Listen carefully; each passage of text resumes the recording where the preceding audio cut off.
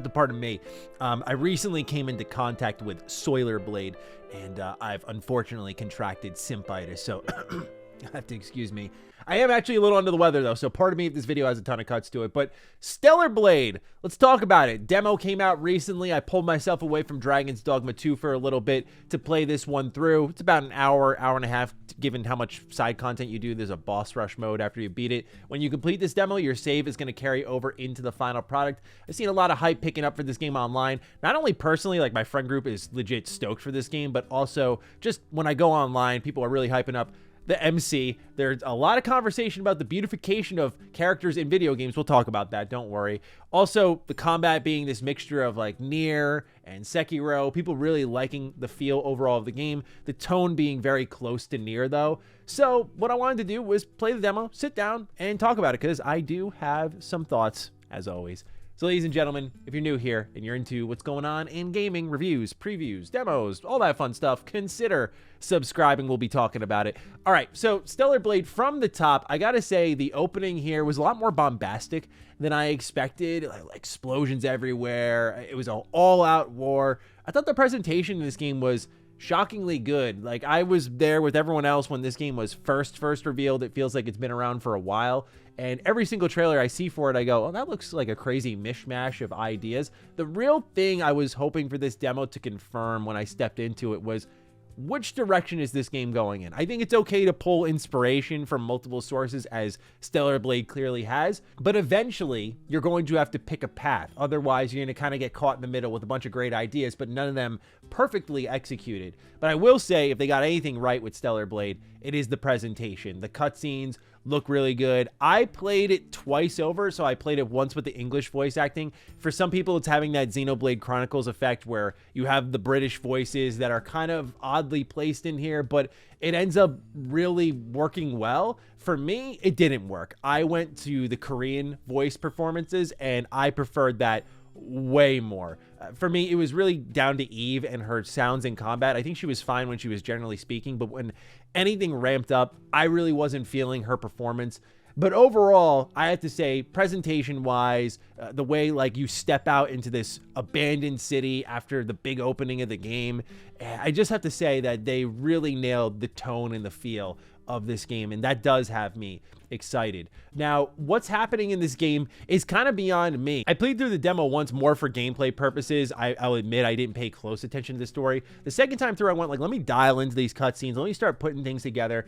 If I appreciate anything about Stellar Blade as well, it's the story and the way it's handled. I don't know if the story will end up being good. I think that's going to be a deciding factor for me on how much I end up liking this game when I finally get to play the full product. I say that because it's doing something really unique. So this game has its own equivalent of the bonfires, for example, that you've seen in the Souls games. Like, you stop here, this is where you rest, you restore your gear, you can level up and equip skills, because as you complete quests and do things in the world, you get a ton of SP, and you can spend this again on those skills. So there are things like this game's version of a Mikri counter where you can blink and zip around an enemy. There's different variations of that where you can get away from them. There's perfect dodges, perfect parry. Some of these upgrades increase those windows. So there's a lot you can do with this skill tree, extra damage for certain weapons. I'm wondering if it's going to have the Lies of P effect, where some people thought some of the basic movement and defensive options that were unlocked via upgrades in Lies of P should have just been there from the start. And it's something that they added in the game post-launch. So I'm wondering if Stellar Blade is going to face that. But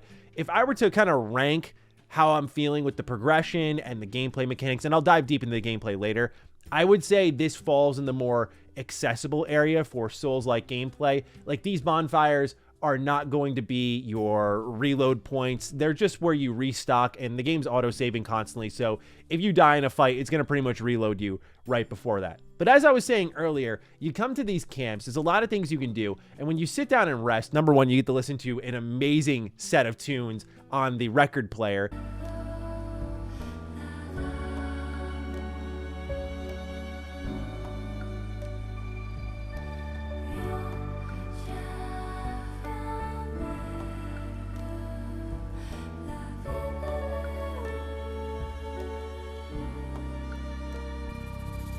I love that these Korean studios are ramping up their record players in games. Lies of P had one, Stellar Blade's got one.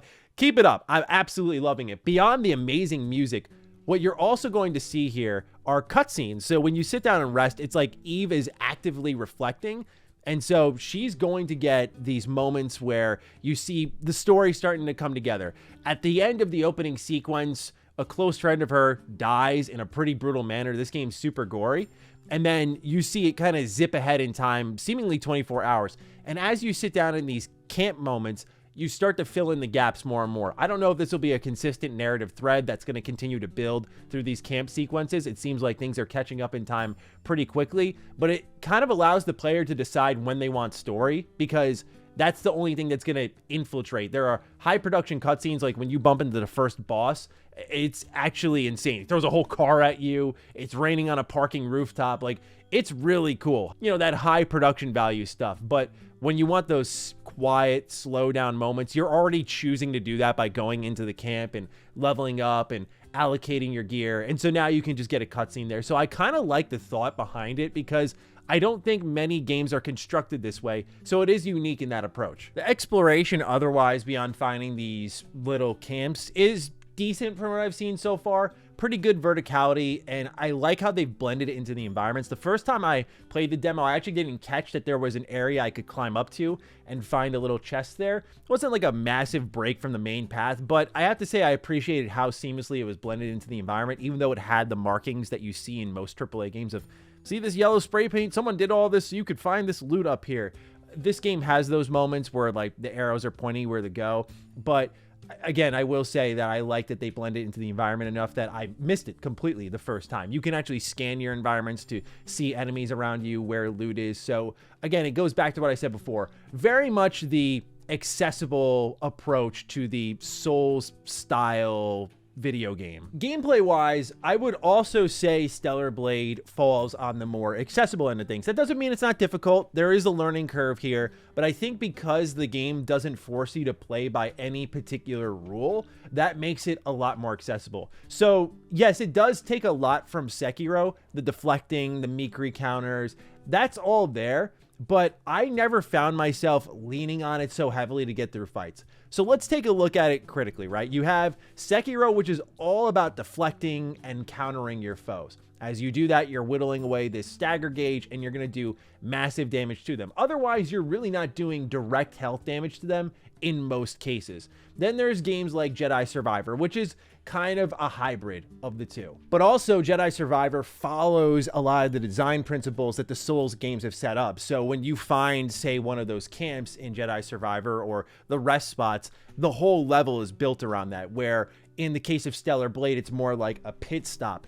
I would say also Nier has a bit of inspiration in this, in it trying to make it feel like a bit of a dance.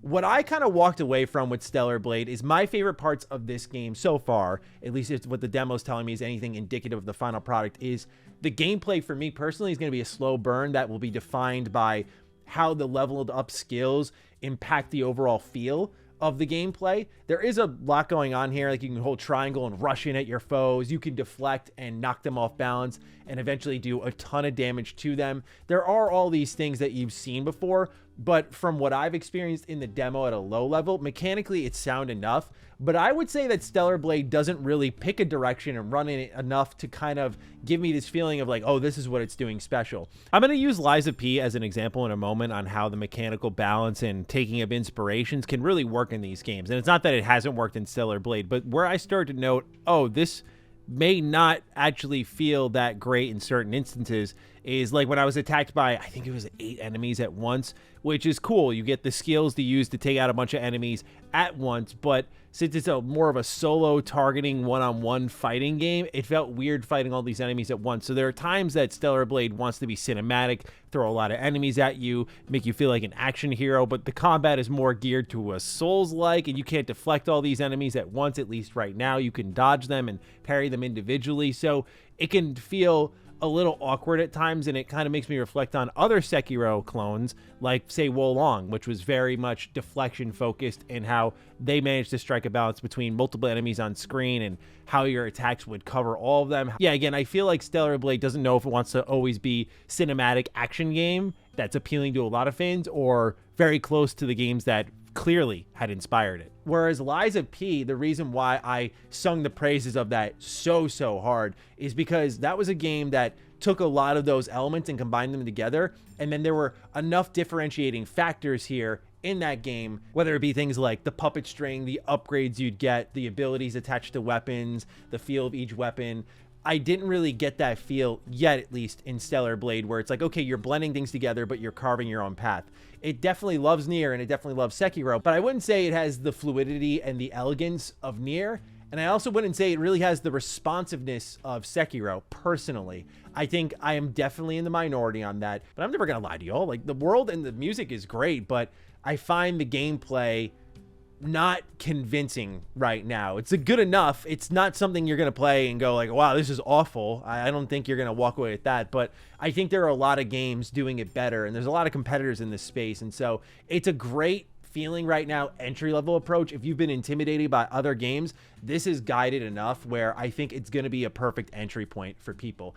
The other thing I wanted to talk about, let's stick with controversial topics, shall we, is the main character. There's been a lot of talk I've seen online about her being too pretty. I think IGN France said some wild out-of-pocket stuff about her. There's been a lot of debates around the MC and her appearance, and my starting point is, who cares? Really, I'm sorry if you disagree, but who cares? I mean, look, I get trying to create more, if you will, lifelike character models, but at the same time, all of my favorite games, dudes are doing flips, taking out lightsabers, using insane powers, running up walls, web swinging. Like, I feel these characters exist to be the most epic, cool, most beautiful versions that we dream of ourselves being. And I want video games to continue to capture that awe and wonder, even if it's in a ridiculous nature, if you will, like you're seeing in Stellar Blade. Like, I don't see the problem with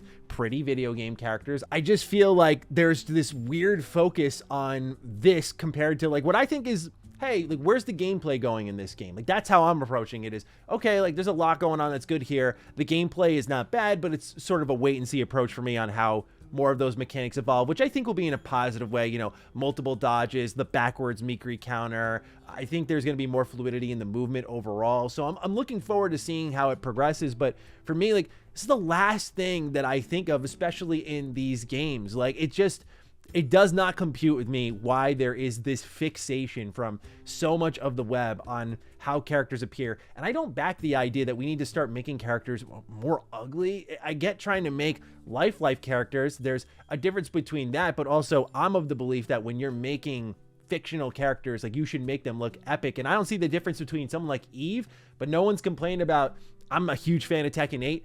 All the dudes are roided up, jacked, completely unrealistic body proportions. Like, it's insane. This has been in gaming for so long. I think it's just targeting Stellar Blade, personally, in an unfair way. And so I don't think there's much of a conversation to be had there unless you give it much oxygen, which I guess is my mistake at the end of the day. But I still think it's something worth confronting because it's not something I've really talked about much. But overall, the demo gave me pretty positive impressions. To me, the feeler with this was like, okay, we have this game here, and then in late April, we also have Eiyuden Chronicle 100 Heroes. So I'm kind of just weighing out my late April pick here. I'm going to check out Eiyuden Chronicle 100 Heroes soon because I was able to get a little preview access to it. But for me right now, I think my sensibilities lie more in Eiyuden Chronicles 100 Heroes, like this Suikoden spiritual successor. But obviously playing is believing, so we'll see how I end up feeling there. But Stellar Blade was a pretty good experience, especially in the music category. Like, I'm going to be grinding